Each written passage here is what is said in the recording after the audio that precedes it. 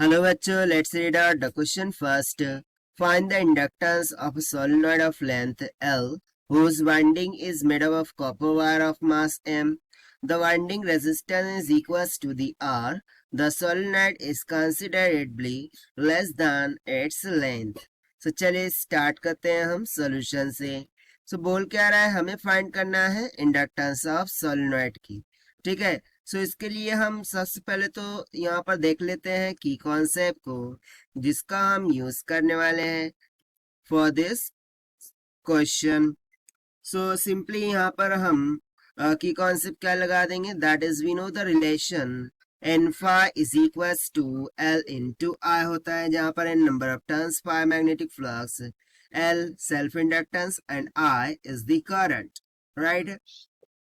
सो let suppose कि हमें बोल क्या रहा है कि लेट सपोज कि मेरे पास एक लूप है. ठीक है. उसका रेडियस है कुछ आर के इक्वल. ठीक है.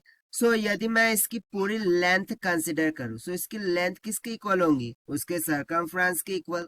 सो लेट सपोज कि एक लूप के लिए लेंथ क्या हो गई L and this is nothing but is equals to 2 pi R. So for a solenoid length किसके इक्वल होंगी, this 2 pi R multiply by number of turns that is capital N. So ये आ गई हमारे पास लेंथ ऑफ दैट सोलेनॉइड जो कि हमें गिवन था एल के equal. Right. Now also we know that कि जो मास पर यूनिट लेंथ होता है that is N, this is nothing but is equals to the number of turns per unit length. ठीक है. सो यहाँ से मुझे कैपिटल एन की वैल्यू कितनी मिल जाएंगी, N times of L naught. इसको यहाँ सब्स्टिट्यूट कर देंगे. सो मुझे सोलेनॉइड की लेंथ क्या मिल जाएंगी, N times of L not 2 pi का आर. ठीक है. Now we also know that कि जो फ्लक्स होता है जिसको हम बेसिकली डिनोट करते हैं फाई से, this is nothing but is equals to the magnetic field into area. So this is equals to magnetic field B, area क्या होगा, पाई आर का स्क्वायर. राइट. सो और magnetic field for this circular ring, ठीक है, वो कितना हो जाएगा, mu naught into N that is mass per unit length, okay, multiply by current into this area that is pi r का square. अब ये वैल्यूज हम यहाँ जो हमने कॉन्सेप्ट में रिलेशन लिखा था उसमें सब्स्टिट्यूट कर देंगे. सो हमें सिंपली क्या मिल जाएगा, n times of L not multiply by mu not N I pi R का square is equals to L into I होगा. सो यहाँ से देखिए आई आई क्या हो गया, कैंसिल हो गया.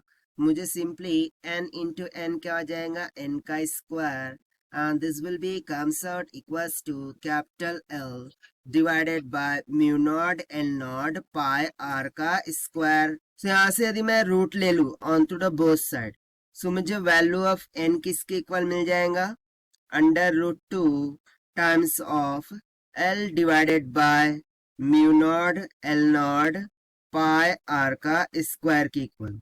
बट मुझे क्या चाहिए, length of the solenoid.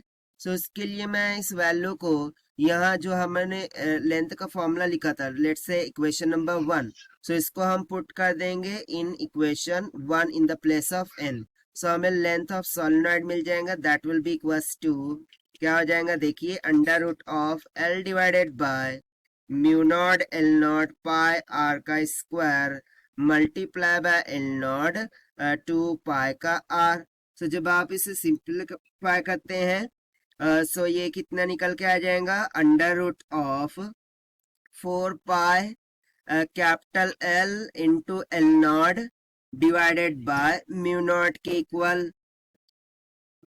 Now further हम जानते हैं कि जो रेजिस्टेंस होती है उसका फॉर्मूला क्या होता है, रो एल अपॉन ए. बट यहाँ पर मैं ए सरफेस एरिया कंसिडर करूंगा.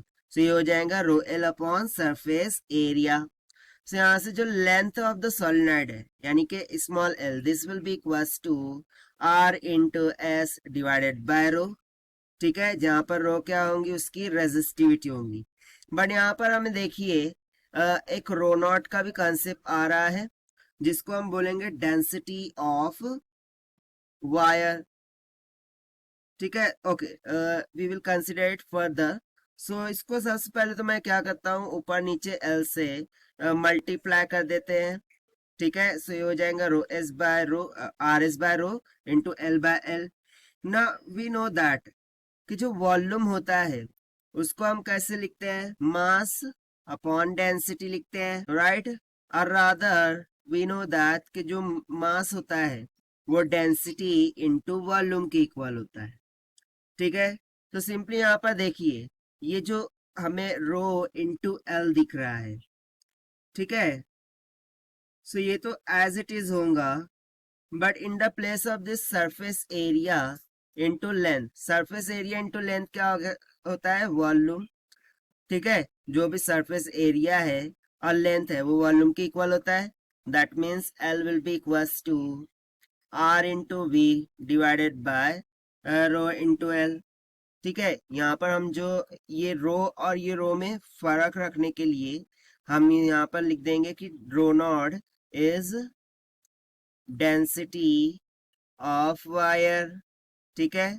सो देखिए वॉल्यूम की जगह पर क्या हो जाएगा, एम बाय रो नॉट, कि यहाँ पर हम लिख देते हैं कि हम volume is equals to mass upon density of wire, इस तरीके से सब्स्टिट्यूट कर रहे हैं, राइट। सो ये हो जाएगा L is equals to R into M divided by ये रेजिस्टिविटी है और ये डेंसिटी हो गया इंटू एल। एल उधर जाके मल्टीप्लाई हो जाएगा, कितना हो जाएगा, एल का square is equals to R M by rho into rho not, right. So चलिए इसको फर्दर सिंप्लीफाई करते हैं। सो ये जो हमें वैल्यू मिली है ये किसकी मिली है, एल स्क्वायर की वैल्यू मिली है, राइट। बट प्रीवियसली मैं देखूं so यहाँ पर ऑलरेडी मैंने एल की वैल्यू कुछ कैलकुलेट करके रखी थी। सो इसको हम मान लेते हैं equation number 2। So from equation 2 I can substitute the value of L square here. So ये क्या हो जाएगा, simply under root of 4 pi capital L into L naught divided by mu naught, that whole square. This will be equals to Rm by rho into rho naught के equal हो जाएगा, ठीक है। So further इसको simplify करते हैं, क्या हो जाएगा, यहाँ से स्क्वायर रूट तो कैंसिल हो गया। सो मुझे सिंपली मिल जाएगा 4 pi capital L into L naught divided by mu naught, this will be equals to Rm by rho into rho naught के इक्वल।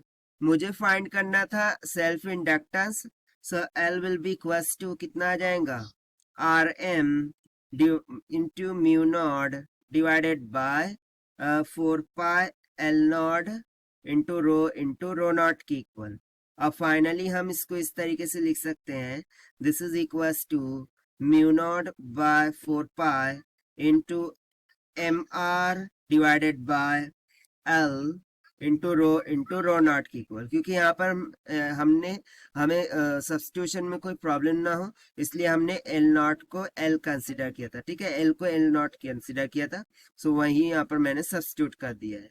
सो देखिए ये हो जाता है हमारा फाइनल आंसर, जो कि हमने सॉल्व किया है by using the concept of n-phi and Li के रिलेशन से।